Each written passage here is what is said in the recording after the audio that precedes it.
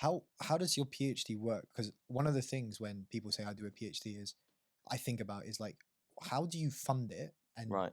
how do you live without working? Right. Okay. So here's how I make money, right? I don't even think you know how I make money, to be I honest. don't. The only Right. thing I know you make money from is comedy. Right. Okay. So here's how it works, right? So But we could make more money if you were to like this video and subscribe to this channel so that we could get AdSense, right? And mhm. then we can make more money and make this set even better. Thank you. Go on. All right, I'll break down complete. I'll break fuck it. I'm gonna break down my earnings, right? I don't think my missus even knows my earnings. No, she doesn't. She doesn't actually. Really? My family, no one knows my earnings. Right. So here's how it works, right? Hot take. Yeah. Right. Okay. So We got an exclusive here. here's how I make my PhD work financially, right? I get £800 roughly a month for teaching, Okay. right? And I teach once a week, right? So it's quite easy, right? In terms of time loads. I make another £500 from doing marking, Okay. right? So I mark stuff and I make around another 500 quid or so. And then every couple of months, I get support bonuses, right? From funders and stuff, Interesting. right? Okay. And then I get an extra few £100 a month from comedy money How much on average and speaking. is comedy? At the moment, I'll probably make like £200 to £300 a month. You're shitting me. What, you thought it was more or less? I thought it was less. I'll make around 2 to 3. Like this month, it was probably about 2 to Oh, three when you hundred. stack them, you make a nice, healthy monthly It income. it adds up. It adds so all of. But do you see my point? If I only did the PhD, right, and the teaching, that's only £800. But because then I took these extra stuff, but I only take stuff that are flexible. So I've been offered stuff that are fixed contracts, Which would pay more. which would pay maybe, but No, a they're fixed not pays more than a but they're flexi. not flexible in when I can do it. But you're Ah, paying for you want time. okay. I feel like I fucked up this breakdown a little bit, so I'm gonna recap the breakdown. So this is how so we can make it into a clip, right? So this is how I make my PhD work financially. Okay. I get £800 a month from Give teaching, or take. Yeah. right? I make a few £100 extra from working as research assistants on other projects. Okay. I make another few extra £100 from marking per month because I sign up to do marking at the university, and then I get a couple hundred quid from comedy and stuff, and speaking appearances and stuff. So doing guest talking stuff about Islamophobia and misinformation and stuff like that. And all of that adds up to anywhere between 1,500 to £2,000 a month.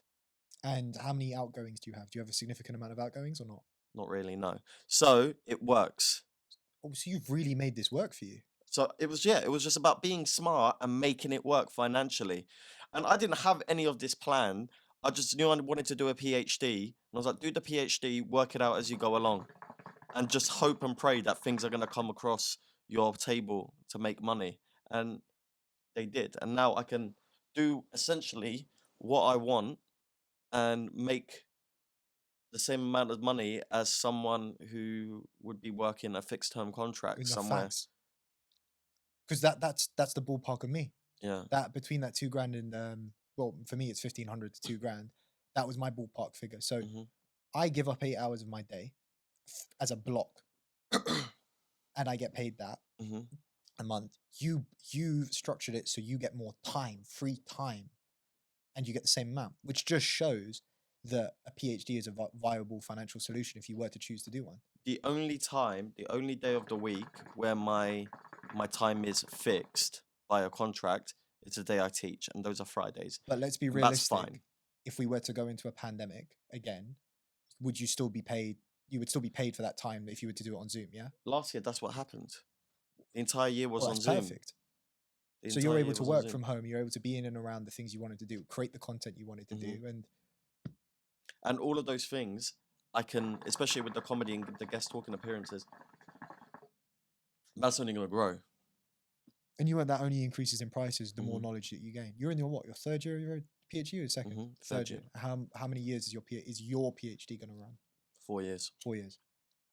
So listen, if you want to make something work for you, you absolutely can. Just sign up for it and work it out as you go along.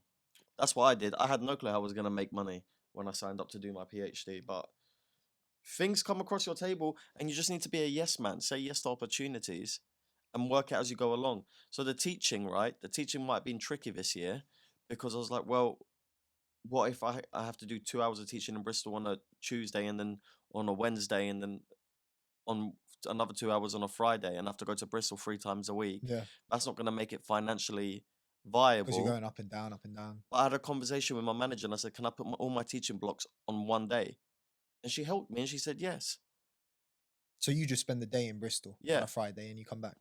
yeah. So she, Are you able to do some of your other work in terms of like like speaking engagements if you had one on a Friday whilst you're at uni, whilst you're in Bristol? yes, funny you say that.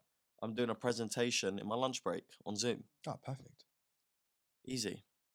It's not a paid one, but that's an example. It's just Yeah. one I'm doing for my lab. I'm doing one for my team. So you've structured your life so you get free time. Yeah. And I think that's amazing. I'm surprised we've never spoke about this. It's a conversation that's never come up. I've always felt like people have wondered, how does Mustin actually make Ali's have. wondered that. I've wondered How it does so many Mustin make times. money? Like, what does he do to make money? Because there's been times when I didn't have a job and you were working, like when I came back from India, you were doing your comedy gigs, or I'm not sure if they were paid, but you were No, still not doing back then. No. you were still Yeah. doing your PhD, and I was a bit like, how is this guy able to pay for a shisha Mm. for me? And a shisha, like, is 25 quid. That's still a lot of money. Like, even if it's split 2 ways. And we were doing that like 3 times a week, and I was like, oh, how, like, what is he doing? Is he drug dealing? Is he doing something else? My first year of my PhD, I was on a fixed contract, Right, but my timing was flexible. So I had no work hours, but I right. had a monthly contract with people. I can't say with who, but I had you know with who, Yeah. but whatever. And they were paying me 36K a year, and I didn't have to work any work hours. Like, obviously I worked, but I didn't have to work on their time. I worked on mine, and because we're in a pandemic, I just used that opportunity to save. That's So I saved perfect. over half of my earnings per month, which gave me like a cushion. Oh, so you basically did what? Yeah, so you did what I thought investment banking was going to be for me. You just squeezed it all into a year. You took the high-paying job, but I'm not saying you took it, but you used that I used time that money to give effectively. myself a little bit of a cushion. So that year I saved about 14 grand. And that gave me a little bit of a cushion. You were really minting it that year then. Yeah, I mean, yeah. What, I 24 years, 23 years old? 22 maybe. 22 years, and you're coming out on a 36K salary, 36-ish K salary. That's a lot of money straight up. Yeah, and it worked. Because I came out of